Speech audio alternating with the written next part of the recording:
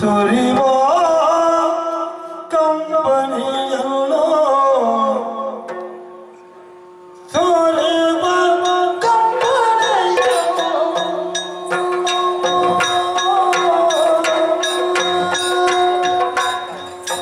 ತೆರಗಿಲ್ಲ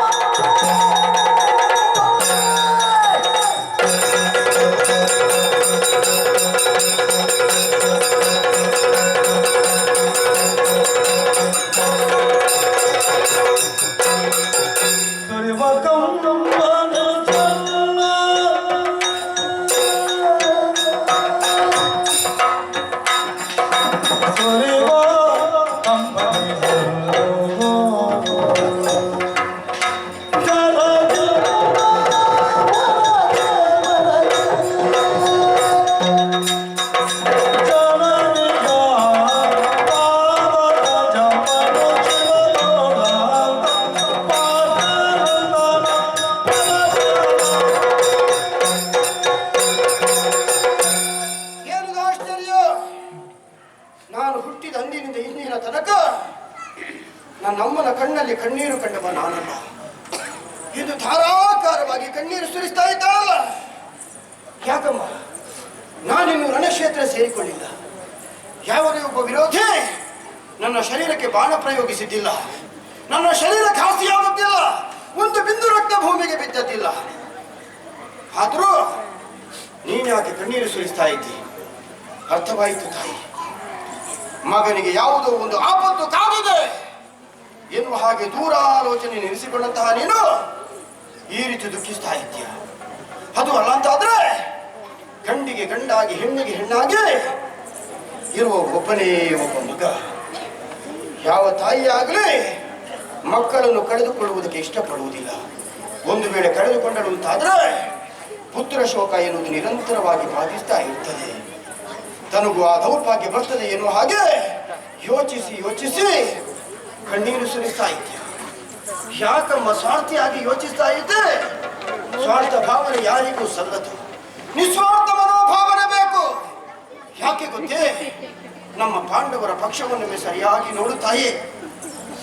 ಗಂಡನನ್ನು ಕಳೆದುಕೊಂಡಂತಹ ಹೆಂಡತಿಯರೆಷ್ಟು, ಮಕ್ಕಳನ್ನು ಕಳೆದುಕೊಂಡಂತಹ ತಂದೆ ತಾಯಂದಿರೆಷ್ಟು, ಅಣ್ಣ ತಮ್ಮಂದಿರನ್ನು ಕಳೆದುಕೊಂಡಂತಹ ಅಕ್ಕ ತಂಗಿಯಂದಿರೆಷ್ಟು. ತನ್ನ ಮಗನ ಹೆಗಲ ಮೇಲೆ ತಮ್ಮ ಶವಯಾತ್ರೆಯಾಗಬೇಕು ಎನ್ನುವ ಹಾಗೆ ಬಯಸಿದಂತಹ ತಂದೆ ತಾಯಿಗಳು ಕಣ್ಣೀರು ಸುರಿಸ್ತಾ ಇದ್ದಾರೆ.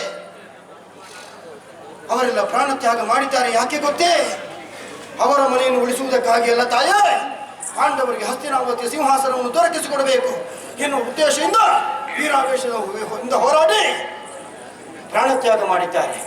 ಅವರ ಪ್ರಾಣಕ್ಕೆ ಬೆಲೆ ಇಲ್ವೇ ತಾಯೇ? ಉಳಿದವರ ಕಣ್ಣೀರಿಗೆ ಬೆಲೆ ಇಲ್ವೇ?